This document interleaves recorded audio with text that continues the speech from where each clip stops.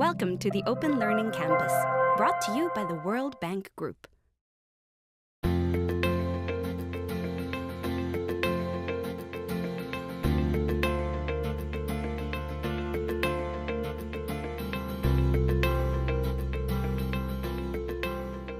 Sub-Saharan Africa is a rapidly developing region of... L'Afrique subsaharienne est une région qui se développe rapidement.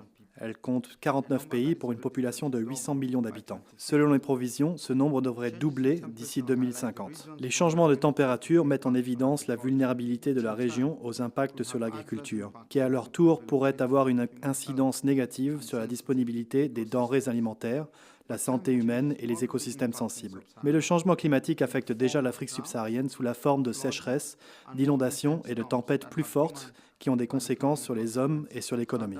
De ce fait, l'adaptation au changement climatique n'est pas seulement un défi à relever sur le long terme, mais il s'agit aussi d'opérer des changements qui garantissent le développement durable dès à présent. Commençons par examiner les impacts physiques du changement climatique dans la région. Tout d'abord, les températures en Afrique subsaharienne devraient augmenter plus que la moyenne. Dans ce scénario, des chaleurs estivales extrêmes sans précédent, non encore enregistrées de nos jours, pourraient toucher plus de la moitié de la région. Pour ce qui est des précipitations, l'Afrique australe enregistrerait la diminution des précipitations la plus forte, tandis que la Corne de l'Afrique deviendrait plus humide, entraînant des conséquences à la fois positives et négatives.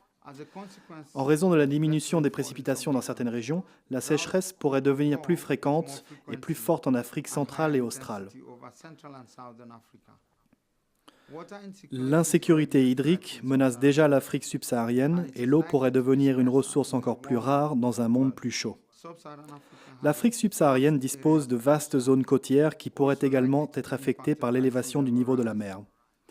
Avec un réchauffement de 2 degrés Celsius, le niveau marin devrait s'élever de 60 à 80 cm. Le changement climatique pourrait aussi entraîner d'importants risques pour les forêts. L'Afrique subsaharienne abrite également certaines des forêts tropicales humides les plus importantes du monde, notamment le célèbre bassin du Congo qui s'étend sur 6 pays. Le taux de disparition de forêts de l'Afrique n'est dépassé que par celui de l'Amérique du Sud. En effet, aucun pays de la région n'a connu une augmentation nette de son couvert forestier entre 2005 et 2010. En effet, la densité des arbres dans l'ouest du Sahel a diminué de 20% depuis les années 1950. L'augmentation de la fréquence des sécheresses et des températures extrêmes pourrait représenter un risque pour la santé future des forêts. Une telle situation aurait un impact environnemental et un impact humain.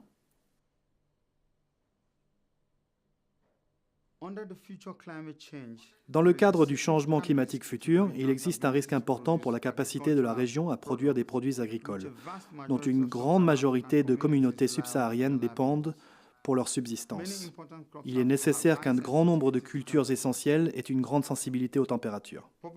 La pauvreté dans cette région pourrait s'accroître encore plus en raison de l'impact du climat, dans la mesure où les ménages pauvres sont souvent affectés de façon disproportionnée par le changement climatique. Un autre facteur qui aggrave les risques liés au climat tient au taux rapide d'urbanisation en Afrique subsaharienne, qui a 4%, presque le double de la moyenne mondiale. Le stress thermique, qui touche les jeunes, les personnes âgées et les personnes ayant des problèmes de santé, est généralement accru dans les zones les plus densément peuplées. Avec la croissance des villes africaines et l'augmentation de la proportion des personnes à faible revenu qui y vivent, ces risques pourraient devenir plus aigus. Les villes côtières sont particulièrement vulnérables en raison des risques supplémentaires que représentent l'élévation du niveau de la mer et les tempêtes plus fréquentes.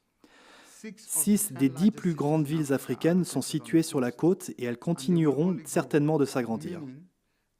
Ce qui signifie que leur population et leur santé financière pourraient être encore plus menacées. Examinons à présent comment le changement climatique peut affecter la vie des populations pastorales. Les projections montrent que les changements dans les écosystèmes dont dépendent les sociétés pastorales pourraient menacer leurs moyens de subsistance. L'une des implications du réchauffement climatique est le passage de savanes à herbes à des savanes boisées, avec pour conséquence la réduction de la disponibilité des pâturages pour les ruminants et l'obligation des sociétés pastorales de s'installer ailleurs.